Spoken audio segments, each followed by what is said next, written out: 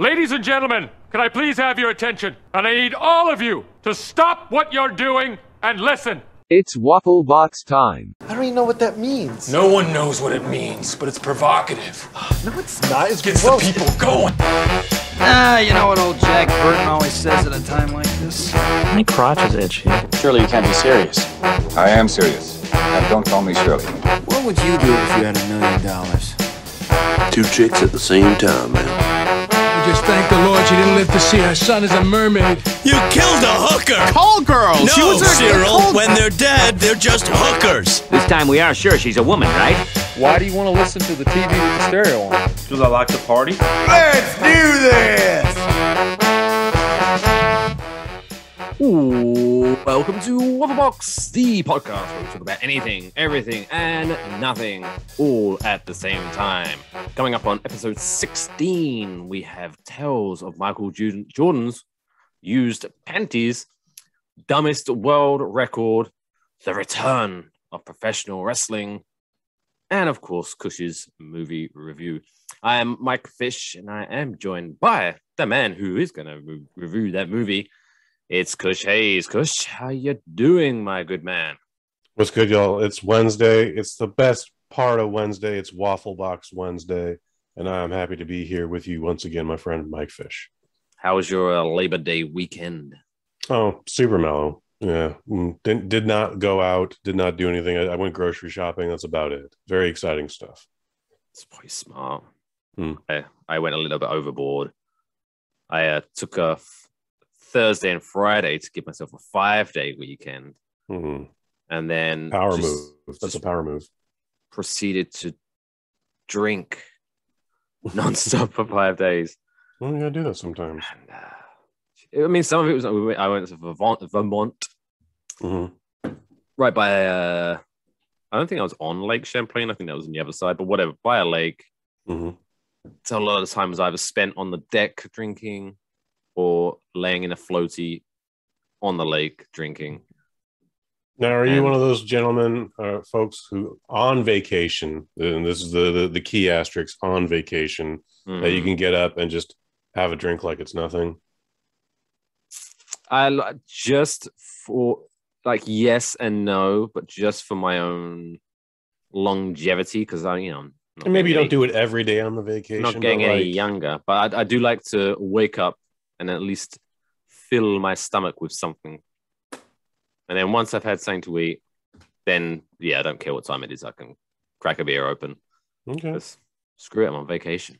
There you go. I don't believe in that whole, you shouldn't start drinking until a certain time. I mean, don't go wrong. Mm-hmm. If it's like a Tuesday and you're about to start work and it's 8 o'clock in the morning, you crack open a beer, then maybe might be a little bit. That might be a little bit suspect, but because my whole thing is like when they say, because some people like to say, no, you can't drink in the morning, you can't drink. But then, what if you're working nights and you just finished work at 7 a.m.? Why can't you have a drink at 8 a.m. before you go to bed? I think it's all. Well, context. It's not like Gremlins. It's not time specific, and with the moon's alignment and all that. It's the point is drinking shouldn't be the first thing you do in the day, is what they're saying. But I get it. Whatever. So, no judgment. If I get on an airplane and it's after 6 a.m. and that bar is open, you best believe we're having at least a drink before we get on the plane. I think just all normal etiquette when it comes to that, just out the window when you're on vacation, especially an airport. As long as you can keep your shit together, don't start wiling out because you're on vacation. I remember one time I get duct taped to a seat, boy. I went to the airport with my dad to pick someone up, and it was like 11 a.m. and I went to the bar and started having a drink. He was like, "You having a drink?" I was like, "What? I'm at an airport." He goes, "Yeah, I'm pretty sure that only counts if you're going on over. I don't think it means." It's like, "No, whatever. I'm at the airport. It's fine. But yeah, so pretty low key, but happy Labor Day weekend. I don't know. Is that a thing? Do you say happy Labor Day week? I don't know. You can. I mean, but it's not a big deal. I hope everyone listening who lives in the United States had a fantastic Labor Day weekend. Is there a holiday in the UK that you're currently missing that is in September, if not already past, having come up? No, they have a bank holiday. Okay. It's called a bank holiday. It's basically the same thing, but it's the last Monday in August.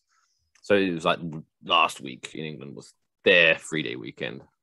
Okay. It's never named after anything. It's just bank holiday.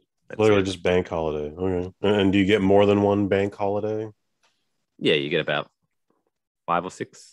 Right? So it's pretty much the same. But yeah, they're named it. They just the blanks are closed, so everyone can take the day off. There's no St. Niven's Day or anything like that. No. Nobody died for us to have that day off. We just we'd have the day off. Very fascinating. But not everyone who's watching or listening to this is in the United States, because I just want to give a quick shout out before we dive into the show. Big thanks to our watchers and listeners in 7 countries around the world, 19 states in the United States. Shout out to you guys. What do we call the Syrup Squad? Syrup Squad, local by choice, international by nature. But shout out to the state of Virginia. They're like we're huge in Virginia. Nice. So if you're listening to this and you're not from Virginia, then you need your state to step up. Tell your friends, tell your family, listen to Waffle Box. Mm-hmm. We had the Iron Dragon TV Action Fest come to a close this Saturday. I feel you've been talking about that for about 3 months now. Like this is the longest festival ever. It's an endurance. It's an endurance challenge, my man. But I had one of the directors on Friday, Simon Pierce from the UK. And again, it was one of those situations where, do I call Mike in on this one? Like, hey, buddy, on this one. Anyway. You're English? Do you know each other? Obviously, I didn't.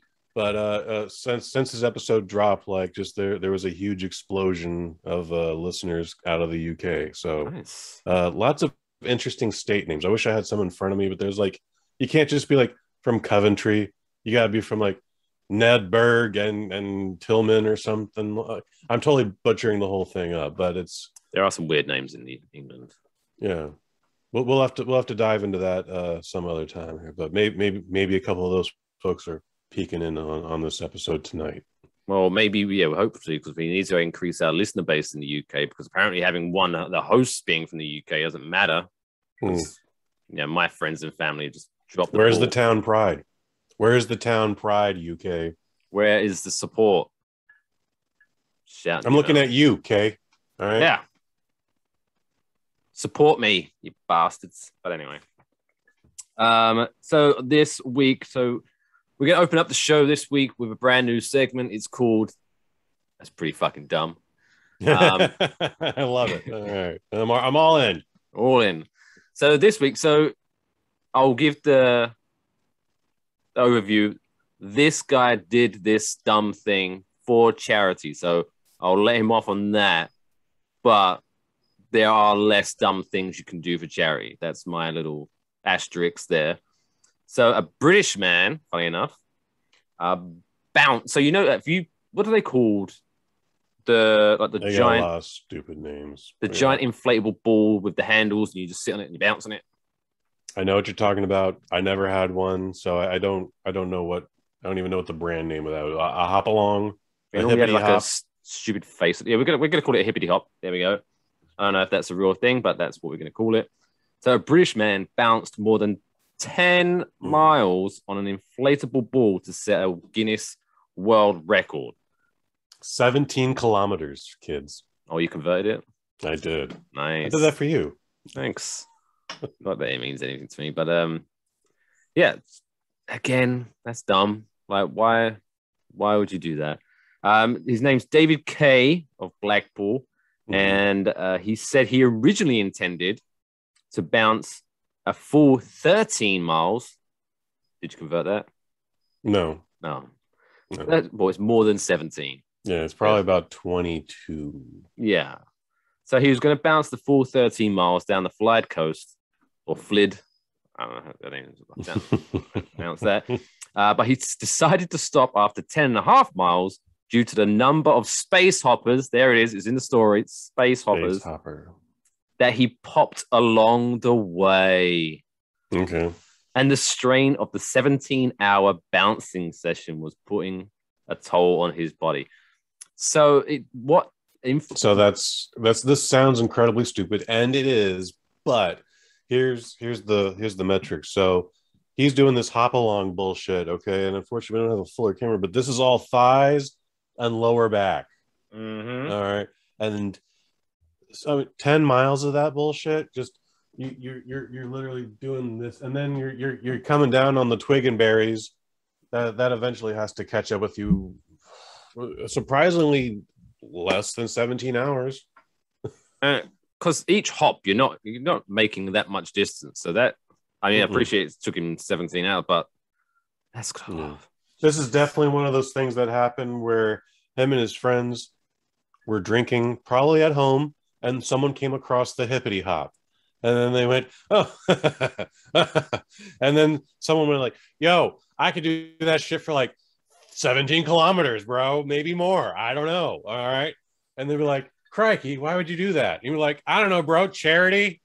And then the next day he woke up and they're like, all right, Sam, we got Guinness in. They're coming in. They're flying. They're just gonna drive over from Dublin. It's gonna be fine. And we got you. We got the roads clear. We're gonna get some brooms in there. And he's like, what the fuck is going on? Why did I agree to this? What did I do?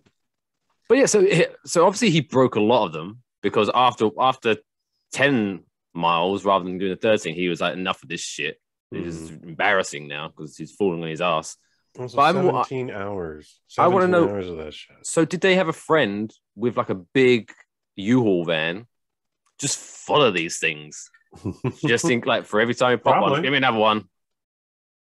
Probably, and that's probably safe actually. Just have the van just creep along behind them.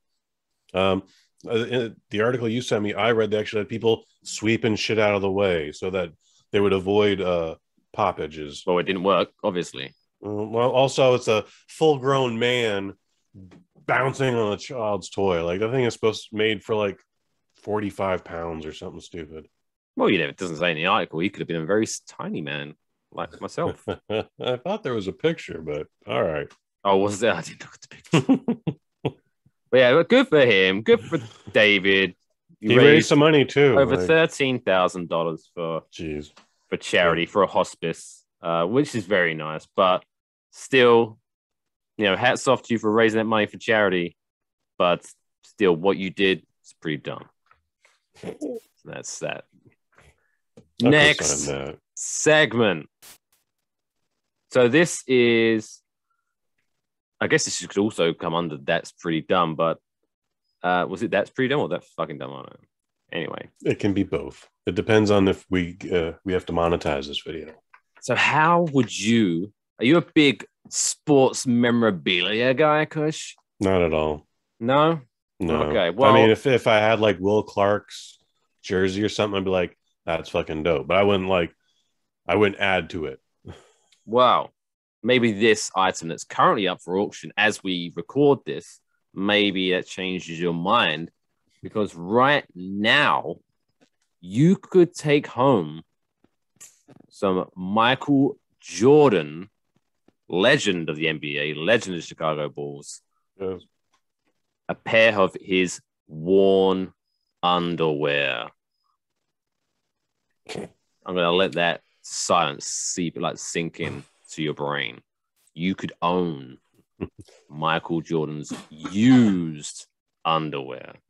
What would you even do with that is the question. Would you just frame them?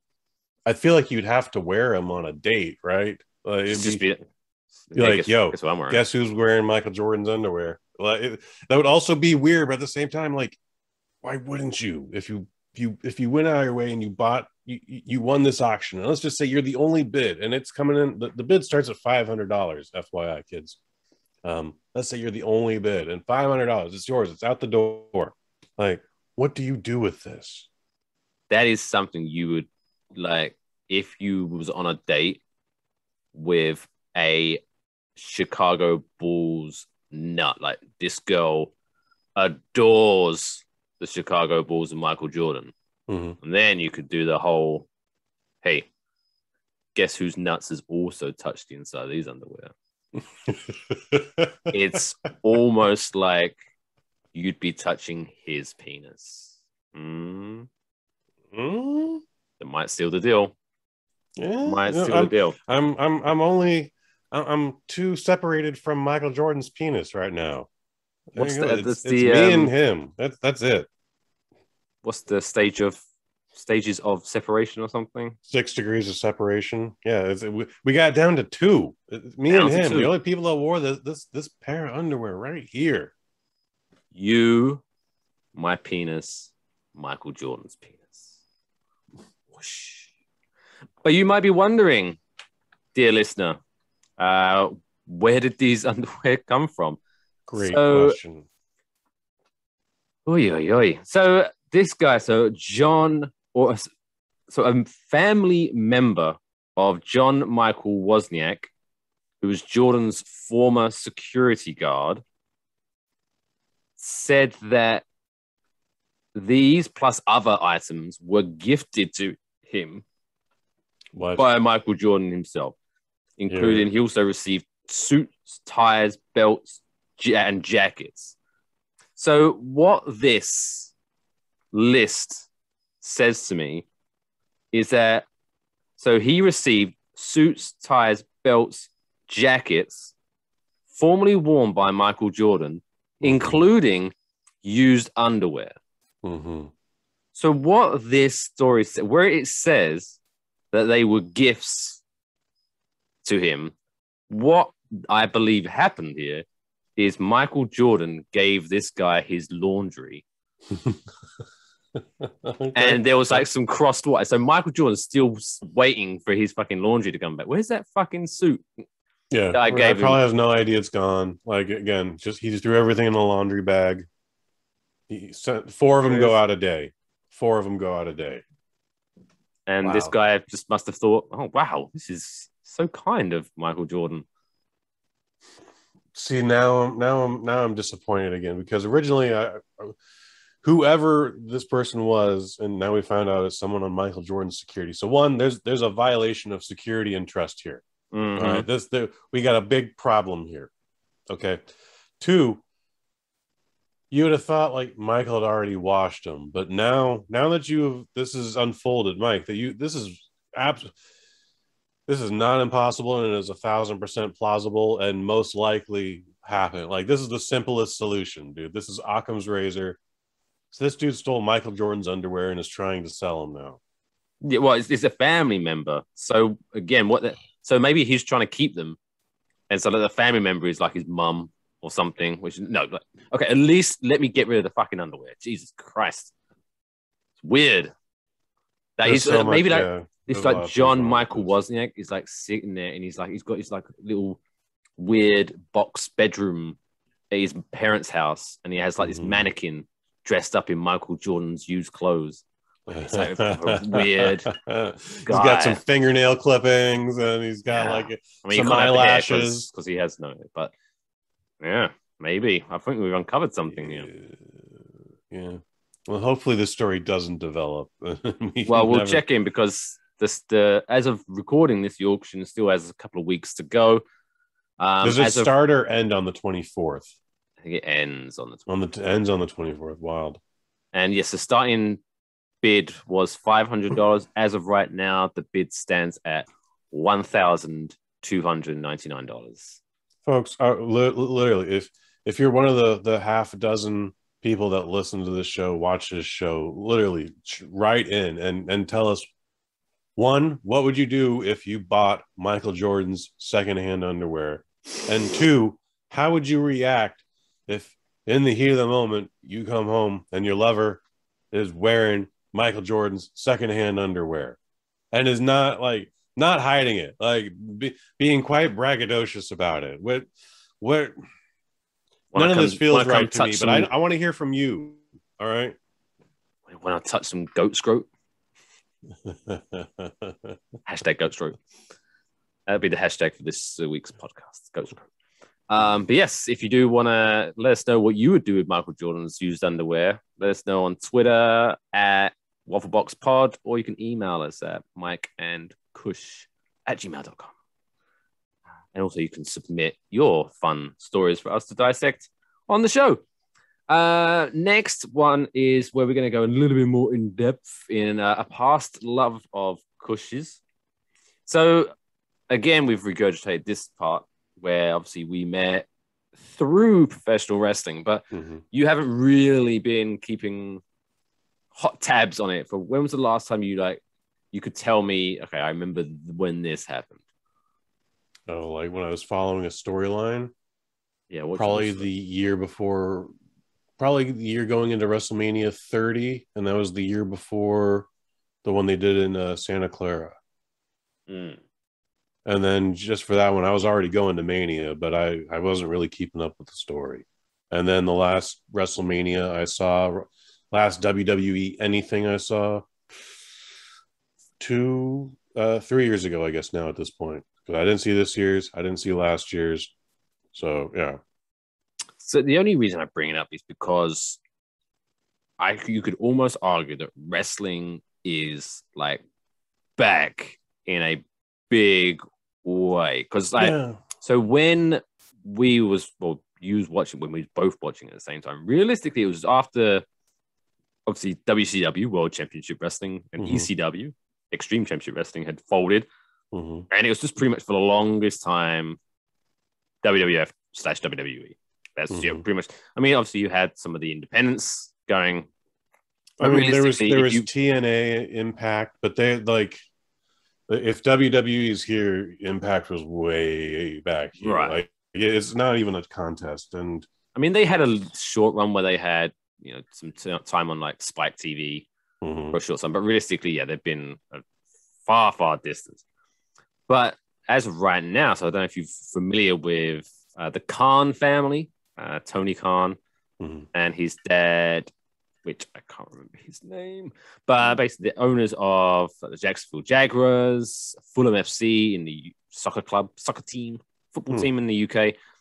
And now they own a professional wrestling company called All Elite Wrestling. Now they've been going for about 2 years now. And they've been like going on and up and up and up, averaging around about like 1 million viewers every week on TNT on a Wednesday night.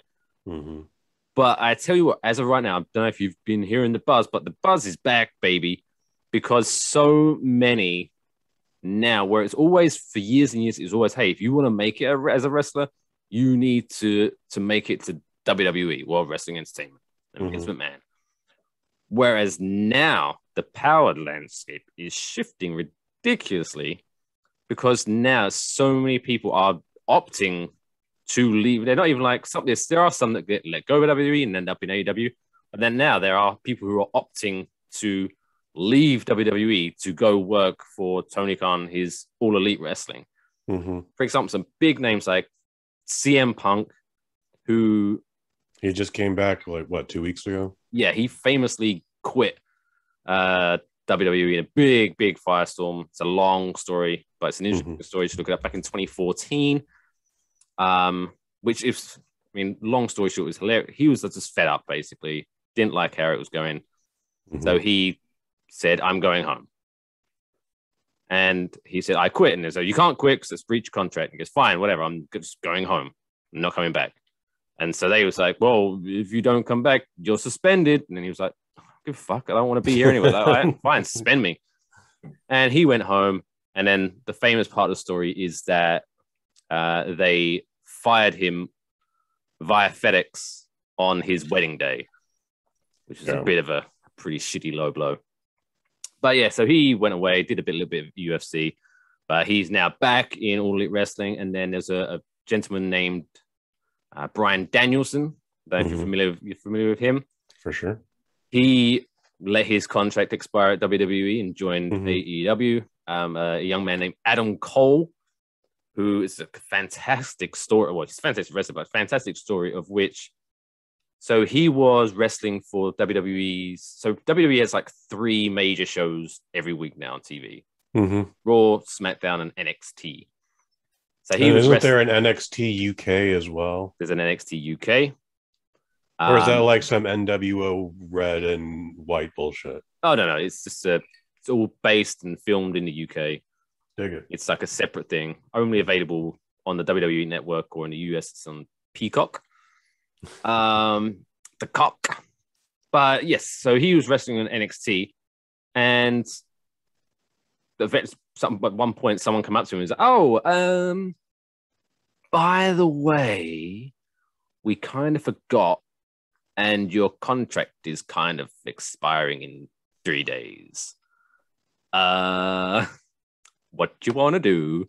And so he was like, he was in the middle of a storyline with his like real life best friend, and he obviously didn't want to just dump it.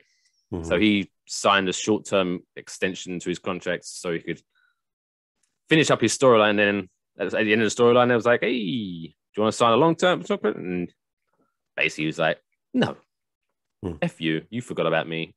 I'm out of here." And now he's out there. So it's pretty incredible. And the main thing is because before, if you wanted to watch wrestling, you had to set your reminders and things like that so you couldn't miss it. Now, there's literally every night of the week, there is at least one. Sometimes a couple times a day. Yeah. So like on Monday night, you have Raw from WWE. Tuesday, you have NXT from WWE.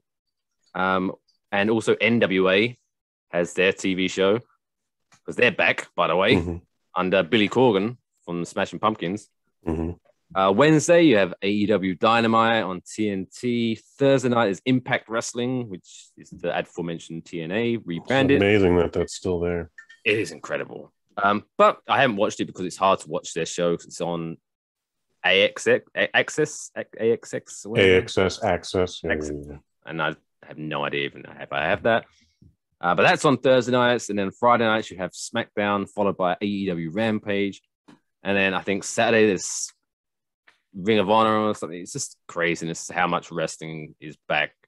It's a great time to be a wrestling fan if you can actually hold up with any of that schedule. And it's for me personally, it's too much saturation. But if this was 2002, man, I'd probably be just all over it, honestly. Well, the good thing about the saturation is that if it was all one company, then yes, that'd be too much because it's all the same shit every day. But I'm still talking about if we still had this, had the diversity we do today. Like maybe 20 years ago, yeah, it would probably be all over this. But I'm over it. I don't think there's anything that they can show me that I haven't seen anymore.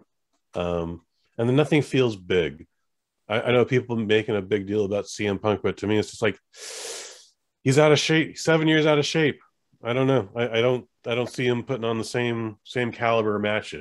I feel like this is. He hasn't been sitting on his ass for 7 years.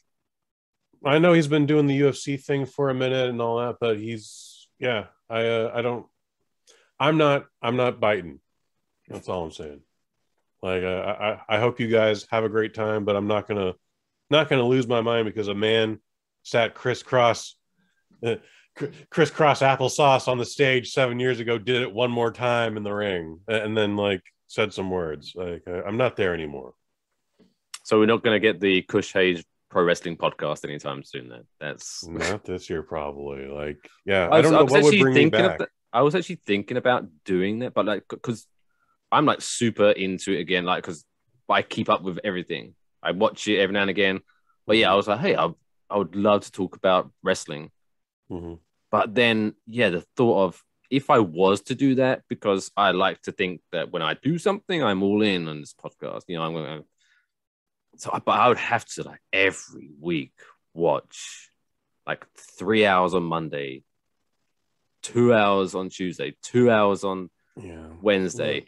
Like it's 4 hours on 3 Friday. hours of Raw is not a privilege, dude. It's too long. Fucking hard. I don't need a 25-minute fucking promo. Just I want to watch wrestling. Let's get to the wrestling, and then I guess that's where like your NXT and your AEW and once upon a time Lucha Underground was part of this conversation. Do you remember Wrestling Society X on MTV? Yeah, that shit wasn't good, but it was different. Didn't you go to it? Because wasn't that filmed by you? No, I did a different thing. I did a completely different thing that never actually saw the light of day. Where was Wrestling Society X filmed? I want to say it was filmed in Los Angeles, but that was, and it was an MTV show. But unfortunately, I by no means was a part of that. What was your thing that never saw the light of day? I was part of a thing called the Wrestling Revolution Project, and then it got became something different, Wrestling Redemption. But dude, I remember hearing about that project. Yeah, yeah, it was the dude who produced Freddy vs. Jason, Jason Katz. Very nice guy, by the way. But I don't know. He used to do a cartoon, Jason Katz. Maybe I think you think of Dr. Katz. Maybe that's a different guy entirely. That's a different dude entirely. Yeah. And I don't think he's alive anymore. R.I.P. Yeah, R.I.P. Dr. Katz. But yeah, dude, it was much like Lucha Underground. It was about an underground fighting promotion, and Sammy Callahan was there. Who's the MVP was there? Sean Davari, who had just finished up his second run in WWE, was there. Who's the big dude in the big dude in New Japan for a while? Big blonde Canadian kid. Oh, Canadian in Kenny Omega. Kenny Omega, thank you. That dude was there. He was killing it. Currently AEW champion. Your man Joey Styles, or not Joey Styles. AJ Styles. Not AJ Styles. I'm mixing them up. The dude with the porn star mustache. Oh, very nice. Joey dude. Ryan. Joey Ryan. Thank you. That's so embarrassing. He had a fascinating storyline. Yeah, you can't speak about him anymore. I guess not. I don't know his name. No, but he got there's some, like the Me Too movement got him. Really fascinating. Okay. Yeah, I interviewed Pollo Del Mar a couple months ago, and she slightly hinted towards something like that. I was just like, we never got into it. Yeah, it's probably best not to. Really? He's been okay. Well, we might have to talk off air then. We might have to talk off air. Fascinating. Very nice dude at the time. I mean, from what I saw on screen, obviously I never knew the guy, but yeah, I have thoroughly enjoyed his character. Whereas like bringing sleazy back and mustache. He's a finisher, the mustache ride. Very, very entertaining guy in the ring, but yes, apparently not such a nice guy. Well, they filmed at least 8 to 10 episodes worth back to back, just 3 days worth of matches, and we're talking like 10-hour days of just pro wrestling, and I got exhausted, honestly.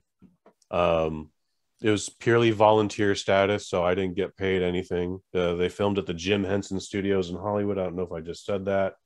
I'm 100% sure I saw Jeff Bridges, who looked 100% like the dude, just hang out for a minute, just because we're on lot. Let's have a coffee break. Oh, pro wrestling, sure, I'll check that out. I saw Prince for a hot minute. Tommy Dreamer showed me him hanging out with the San Francisco Giants World Series trophy through some photos on his phone. Very, very nice gentleman. And then what else? There was one more thing. Oh, I smoked weed on the steps of that would be featured in the Muppet movie from 2010 or whenever that was. It was very recognizable to me, and I got, ooh, I smoked weed on those steps. A hell of a ride. Yeah, man. It was wild. Went to an after party, a Saints Row 3 party in the middle of all that with my boy Sparky Ballard and Kevin Gill, who got us into the party. And then Digital Underground, rest in peace, Shock G. They performed just, well, unbeknownst to me, but that shit was wild, son. And we loved it. Chris Masters was there. Oh, I know that guy. Chris Masters was there. The masterpiece. He was smoking a big old blunt. There was an altercation that's super funny. I will tell you that off air. We're gonna get some exclusive John scoops. Morrison and Melina were hanging out. Melina's doing the butterfly. That shit was wild. And that was one of my Hollywood experiences. Sounds very Hollywood. Like just bumping into Prince, having a live show from Digital Underground. Just casually, whatever. It's a Wednesday. Made a production enemy for life somehow. Ooh. And I've always kind of thought, well, maybe that's why it took me a decade to get back to Hollywood. It's one of those things where like Kush, we're about to start lunch. Watch these 12 stacks of pizzas here. All right. And don't let anybody have any because we're going to have lunch in like 15 minutes. Again, I'm not complaining, dude. I was working for free. But that also means like I'm not getting paid, but that means I haven't eaten. So I'm pretty hungry. I'm sleeping on the floor of a hotel, not even in a bed. I'm sleeping on the floor. I'm taking homeless showers because there's no time to like use a real shower. And so I just went like, I bet there's no chance I get any of these pizzas. And there's like 12 of them. I bet I could like just scarf one down, one itty bitty skinny slice right now, and it would be okay. And just as I bit into it, I hear, Kush, what the fuck are you doing, bro?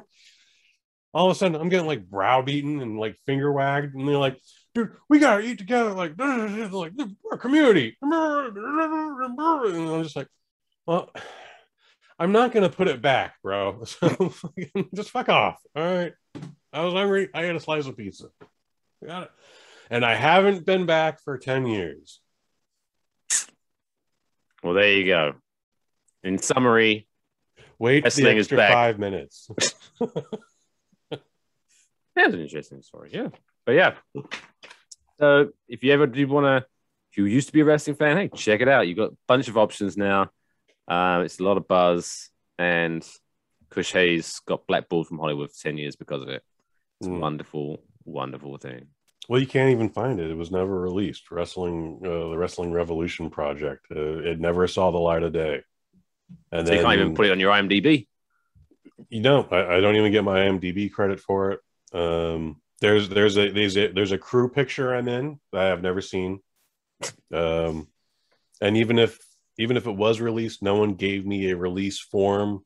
So I 100% promise you that like my name wouldn't even show up in the credits because they'd be like, yeah, well, it's everyone that's on this list. Not going to worry about anyone that's not on this list. What about Kush Hayes? Oh, that bastard who ate the pizza. Who? He's clearly not on this list. This guy doesn't share the pizza. Doesn't think we're a community. Screw that guy. Off the list he goes. Off the list. But off the list he goes. But speaking of Hollywood, some crazy Hollywood blockbuster. Did we even talk about what you wanted to talk about with your pro wrestling gimmick? No, I think we got the gist of it. It's back. It's hot again. Check it out. Pro wrestling is back, kids. Pro wrestling is back, kids. It's a new hot thing. Talk about by the watercolor. But yeah, speaking of Hollywood, we got some big numbers being thrown up this past weekend by Marvel's brand new superhero Shang-Chi and something of the Summer Slings. And the 10 rings, baby. Something of the 10 rings. Before we get into this, quick, we're not going to go too much into it because I don't want to be up very late because I'm very tired, as aforementioned. But quick, because a lot of people are talking about how the OG Spider-Man and the X-Men movies, they're like crediting them as, oh, you know what, if people don't really talk about those earlier movies, but you know what, without them, there'd be no Marvel Cinematic Universe right now. And a lot of people are getting upset because they're like, bitch, what about Blade? Where are you on Team Blade or are you Team Spider-Man? I don't know. I mean, it's Blade. It's just it's just history, kids. Blade happened first, and it made so much money, and then they went, "Oh, well, we might have something here," and then those sprinkled the seeds. Because they made what? But even then, four of those? Like, Marvel Comics had been making movies before that, and they weren't all good. Like none of them were good. Now, that's something. Right? Well, I don't know if there was an early movie, but remember the early Hulk TV show? Jesus Christ! Well, Hulk TV show was a thing for sure, but like Captain America has a couple sets of movies, and none of them. They're bad. And they tried to modernize them. Like the year we had, so 1989 we had Batman with Keaton and Nicholson, and then the next year there was supposed to be a theatrical release of Captain America, and it was not good. And if it saw the theaters, it was only internationally, and then eventually you would see it on cable and or VHS. But it was, ooh, that's garbage, baby. But yeah, it wasn't because Blade ended up doing 3 or 4 movies. Blade did 3 movies and a TV series on TNT. And I they're, do believe they're now going to do a 4th one with Mahershala Ali as the new Blade. But I'm going to assume that's not the actual 4th movie. I'm sure it's supposed to be. That's the first in a new. Yeah, it's going to be a reboot. Marvel universe or whatever. It's a reboot, and I forget whether or not Wesley Snipes is going to be a part of it. Everyone always wants the original in the reboot. Maybe I'm just jumping ahead and assuming that's happening. It depends how intertwined it is with the Marvel Cinematic Universe, because obviously their big thing is the broken timelines and all this shit. So maybe Wesley Snipes could make a little cameo. Not impossible. Never say never anymore, especially now that we're dealing with multiverses. He gets a lot of crap for being a bit of a weirdo, but shout out, recognize game. Wesley Snipes did his thing. Oh, yeah. Credit where credit's due, my man. One of the last events I went to before the world shut down was a Wesley Snipes film festival. That shit was dope. You smoked weed with him and ate some pizza. No, that would have been super dope, though. No. I bet he's got some stories. Count on that. You would win that bet. Shang-Chi and the something of the 10 Rings. Shang-Chi and the Legend of the 10 Rings. AKA Marvel Comics movie number 25. 25. Stars Simu Liu, who is a Canadian kid. And he was famous for appearing in on some accounting book, because he used to do modeling for stock photos. Apparently he used to be a stock photo model, so good for him. That's always going to be a fun story for that little company now. Like, we knew Simu before anything. We paid a small monthly fees for the right to use that photo. He paid us to take his photo. That's how that usually goes down. And also he was in Kim's Convenience. Yeah, very good show. I've only now been hearing about that because of Simu Liu. You haven't watched that before? No. It's actually a pretty good show. I understand that. Yeah. No, it is. Why don't you believe me? I believe you. Why would you lie to me? Look at that. For once, I was ahead of the curve when it comes to saying about actors. I knew him before. I was like, oh my God, it's the guy from Kim's Convenience in the Marvel movie. And you were like, what? I don't know. Wow, Mike, your knowledge is so crazy. That's how I said all of that, everybody. Yep. That's my word. I said all of that. Yeah. And now we proceed for our weekly movie review, where Kush talks about a movie that I couldn't be bothered to watch. Yeah, it's your average Marvel Comics movie. It's just ahead of everything. I enjoyed it. I had a great time watching it. I actually liked it more than Black Widow. Before I start telling you everything, I'm just gonna say 4 out of 5 stars. It's fun. I might drop a spoiler or two, so if you're sketchy about that, the show's almost over anyways. Go watch the movie and come back later. Mike, I apologize if I spoil anything. It could happen though, but it's a formula for a reason, son. So Tony Leung, there's some introduction, and then a bad person comes in and they have a fight, and it looks like the good guy's going to lose, but then the good guy eventually wins, and then there's some kind of weird cliffhanger connection to the next movie in the end. Not necessarily. No, it's a father and son thing. Oh. There's a man consumed with the obsession. His wife was taken from him, and he wants her back because he thinks he's hearing her from beyond the grave. Ooh. And while any one of us would say, now Tony Leung, don't be crazy. Here's a twist, Mike. He's 4,000 years old. So this actually isn't out of the realm of possibilities to hear his wife from beyond the grave. Which one? If he's 4,000 years old, I'm sure he's been married a couple of times. Apparently not. Oh, what a nice guy. No, he did not care for anything. And it was only because he meant to conquer this one fictitious mythical land that he met this very beautiful woman. And they both gave up their powers, and they tried to just live a normal life, and they had some kids, and one of them was Shang-Chi. And then some ill shit went down, and some gangsters murdered her, and then he went, fuck all that. I'm putting the 10 rings back on, bitch, and it's hell for everybody. And pow, pow, pow, pow, pow. And now you just fuck. I'm gonna teach my 10-year-old kid how to be an assassin, and he's gonna go stab, stab, stab, stab, stab. And it's a really well told story. Marvel did a really good job of creating a Chinese fantasy kung fu film, and they do such a good job of it. Also, 3/4 of the movie is in Chinese, folks, so be prepared to read if you're not into it. However, I am not hearing any complaints about subtitles and having to read during the movie and all that. So, FYI, all you people who complain about subtitles, fuck you. Start seeing some foreign movies. There's some great stuff out there. Some of them are Chinese. But I will say, some of them star Tony Leung. I will say about the subtitles. Generally, I am normally one to complain about subtitles for two reasons. One is either like I said, the movie's probably just not that good, and so I'm just pushing it onto the subtitles.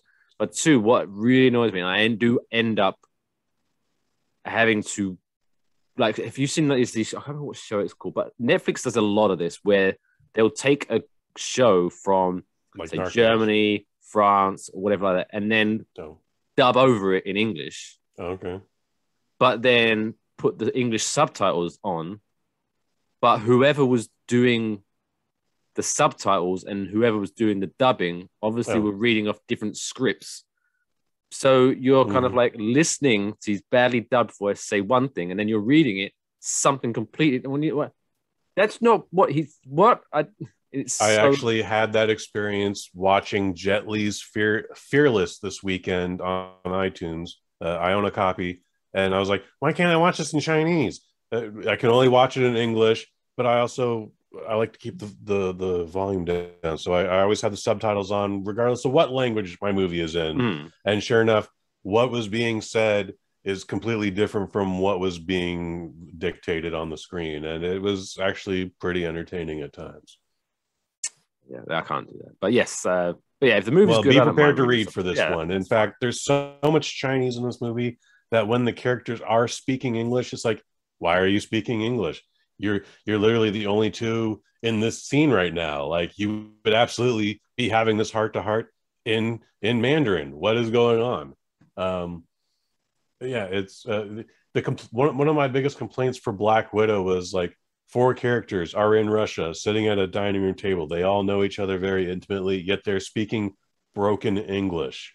It made absolutely no sense. And the answer for that is none of those characters speak any Russian, and they didn't want to try and gamble on just having them move their mouth like this and then do a Russian voiceover and then just have English subtitles, because again, they only all speak English.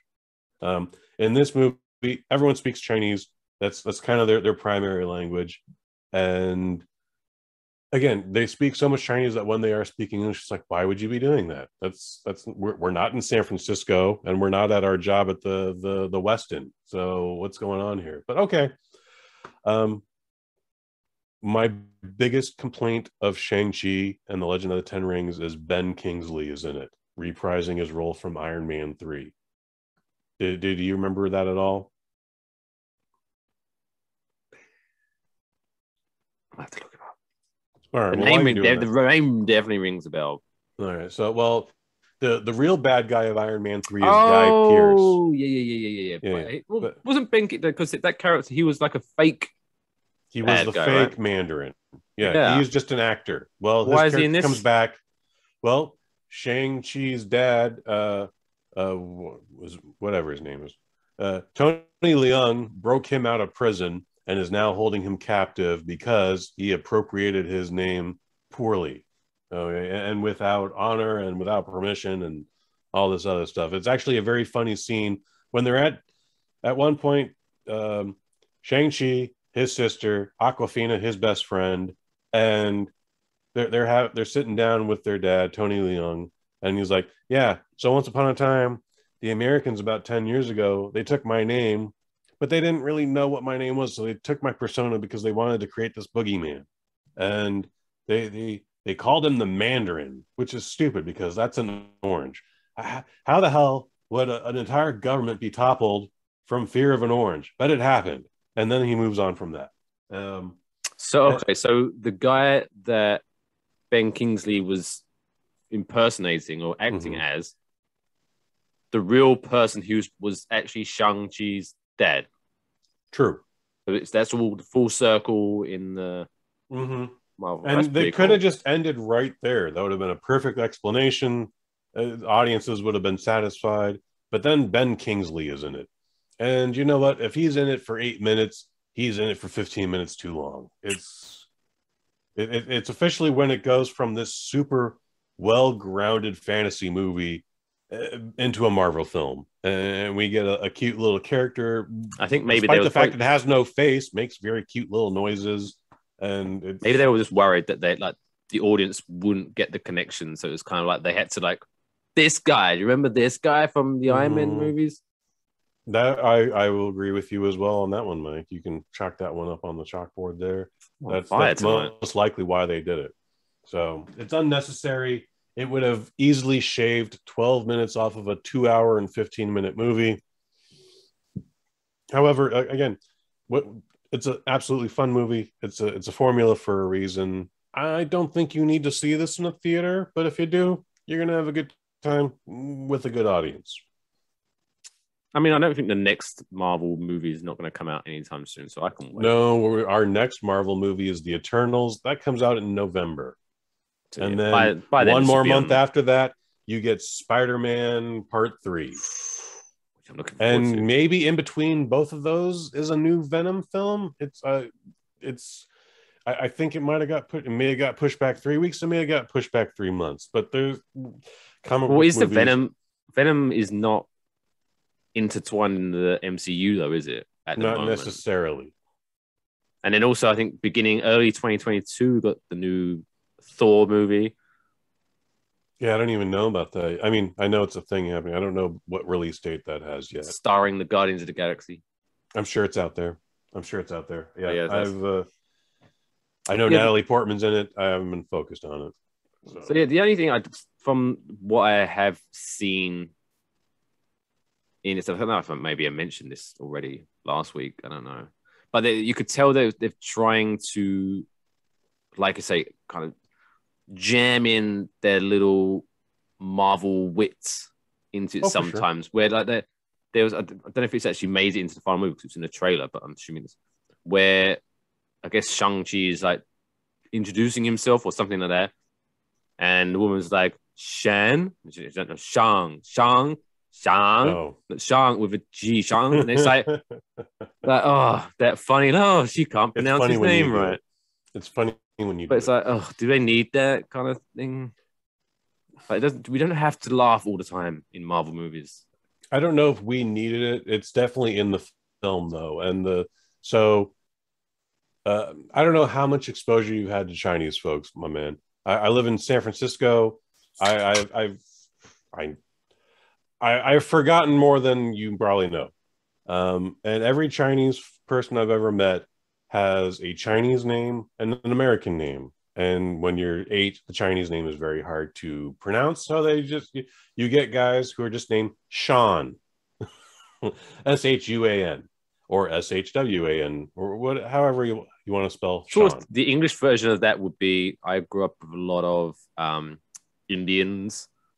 Okay. And same thing. They would okay, my Indian name is too complicated. So they all got a nickname. Mm-hmm. And it was I knew at least 10 people whose names was Rocky. Oh. So why'd you pick the same one? But yeah, it was brilliant. So yes, that kind of vibe. I get it. Yeah. Well, what is weird about that is that she's surprised by that. He's like, what do you mean you have a completely different name? And then he's like, well, so you've known me as Sean the last 10 years. My name is actually Shang-Chi. Look, folks, I don't know if this has come to your attention. I am not Chinese. So if I don't say Shang-Chi every fucking time, you're going to just have to give me a pass on this one, as I call it Shang-Chi. No one's trying to be disrespectful, but there might be a difference. And that's what that scene is about. And so when they're going like Shang, and she goes Shan, Shang, Shan, Shang, Shan, it's a thing. It's a thing out here. So, but yeah, when If Was that me Aquafina? and that is Aquafina. That's So a when great Aquafina Aquafina is impression. having that conversation, it's funny because she should just know this already. And by the way, it is later revealed she also has a Chinese name and has been sitting on that for half a minute. Oh, so that it's also like Aquafina. Yeah, well, she's just Americanized. Okay, it's a whole thing. She's from She Queens. doesn't know any better. This is just how she was raised, and too much MTV. Too much MTV. What's your brain? Yes. So, Anyway. Aquafina's fine in it. Her character is not necessarily over the top, at least not for a Marvel film. But, folks, it's a fun movie. You should definitely go see it if you're into the Marvel thing. I don't think you'll be disappointed. Is it the best one? Not by my opinion. No. But there are better Chinese fantasy movies out there. Yes, you're gonna have to read them, but just do it. 100 of them star Tony Leung.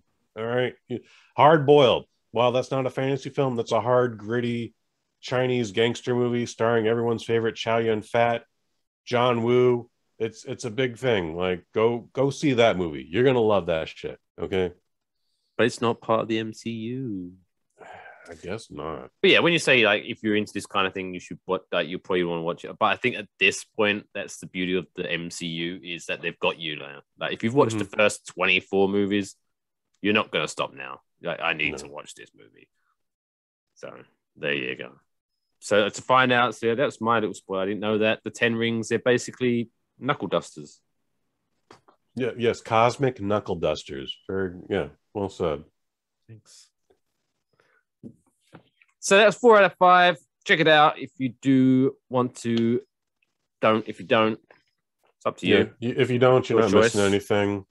But I no longer after this. I no longer want to hear people complain about subtitles in their movie. Yeah, because this thing is in the Marvel tradition is breaking records. It's also shattering records. So the Labor Day weekend box office record was the last Halloween reboot that we just had with Jamie Lee Curtis and so, and that was about $31 million or whatever. This came in at $72 million. Ooh. Yeah. Say that, Jamie Lee Curtis. And I forget what the record was before that, but it wasn't much more. It was like 28 million, something stupid. So, bad. Making. I no longer want to hear about your love of subtitles. Get over it. Yeah, learn other cultures. Other people make movies. They're good. Rule 1. Yeah, we're not necessarily all one, but guess what? Other people make movies and they're good. Controversial. So next week, have we got a little inside knowledge of what you'll be talking about next week in Kush's movie review? We might be talking about Oscar Isaac and Tiffany Haddish in The Card Counter, which is going to be one of those poker movies. Oh, now, Mike, what is it about poker movies involving people gambling that is so exciting? It's not necessarily a sport movie, but there's like I'd say the last good one we had was Rounders, and that was over 20 years ago. And I know they've tried to do one or two since then, but they just didn't hit. This one's looking like it's swinging for the little gold trophies in 2022. What was that one? Was it 21? 21. Should have been a good movie. Was not. It wasn't bad, but yeah, it wasn't. No, it was pretty shitty. Not only was it shitty, but it was like. Are you familiar with the controversy behind that? We're going long, folks. Was 21 the movie? Was that one of the movies where the main guy, what's his face? What's his name? Help me out here. Well, see, that's the part of the problem is he is not memorable because I don't know who. I know. There's. Well, he was the guy who was in House of Cards and ended up touching men inappropriately. I don't know anything about that. What? So here's what's up. The movie 21 is based on a true story, based on a book. Okay, Someone teaching students how to count cards. A college professor is teaching his students how to count cards, which is not illegal, but casinos frown on it. Here's the twist, Mike. They're all Asian American kids. And this movie decided, like, oh, that's not going to sell. We need to whitewash the shit out of this. This is like one of the worst cases of whitewashing you've heard about. You go, I guess I'm going to be that guy. Well, I don't know. Tom Cruise playing that, we got Jet Samurai was pretty bad. He is a Civil War general, okay, who was stranded in Japan. All right, he is not the last samurai. Don't get me started on the last samurai, motherfucker, because that's not it. All right. Well, what about the other guy? Ken Watanabe is the last samurai. Whatever. Anyway, so that was bad. That was a great. How dare you? No, the 21 situation. Oh, 21 is bad. 21's a bad movie. Kevin Spacey. There we go. Kevin Spacey. Yeah. On top of it, you got the Kevin Spacey controversy. So, yeah. 21 was trying to be the next Rounders, and it failed miserably. And then it had its whitewashing controversy. And then Kevin Spacey touched somebody's butt inappropriately. Hashtag buttholes are back. Hashtag goat scrote. But yeah, so maybe this next movie that you'll be talking about will be the new Rounders, and we'll live happily ever after. I hope so. I hope so too. So make sure you tune in next week. Make sure if you are not living in Virginia, you need to step up your game. Tell more people to listen to this show, because right now Virginia's number one. Woo! Make sure you follow us at Wafflebox Pod on all the social medias. If you are watching this on YouTube, make sure you hit the subscribe button, hit the thumbs up, or hit the thumbs down. I don't know. Who cares? Whatever. Don't matter to me. Or maybe it does. Who knows? Hit the bell so you get notifications. If you are wanting to listen to this, we are available on all major podcast platforms: Apple Podcasts, Google Podcasts, Spotify, Stitcher, Amazon, you name it, you can find us. And if you can't find us, try somewhere else, because we're worth that. Coming up in the next week, what have we got coming up in the Bosnet family? Microdose coming out this Friday. We may or may not be talking with somebody. It's kind of up in the air, but that's what makes things exciting. Yeah. Otherwise, check out Sweet Science Cinema #5. That'll be coming out September 29th. Me and Pro Wrestling Hall of Famer Jameel Hemphill, we are going to be talking about Denzel Washington in The Hurricane. It's actually one of our shorter episodes. So, wait, so you've already recorded it? Oh yeah, a while ago. Why are you waiting so long to put it out? Because that's its release date. So why don't you just record it closer to the release date? Because I wanted to get it out of the way. Doesn't make any sense. I have no patience. As soon as I record, I want to get it out. It's hard editing stuff, bro, and it takes time. That's why I don't bother. Just whack it out. Raw content.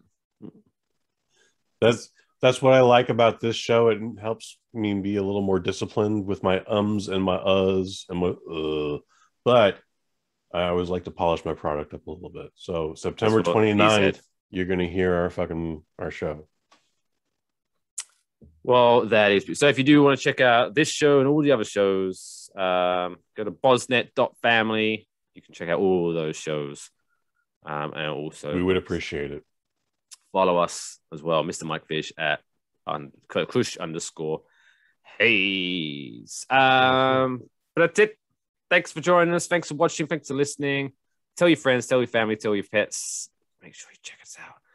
But until next time, take care of yourselves and each other.